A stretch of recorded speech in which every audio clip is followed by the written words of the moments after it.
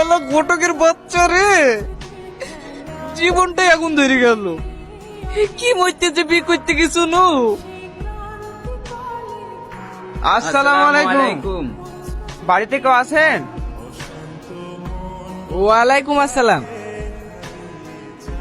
হ্যাঁ বাবজান, আমরা রায়পুর আজিজিয়া মাদ্রাসা থেকে এসেছি। আল্লাহ রাস্তা যদি কিছু দান করতেন তাহলে খুব উপকার হতো।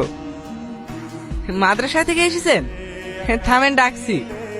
সাথী, সাথী।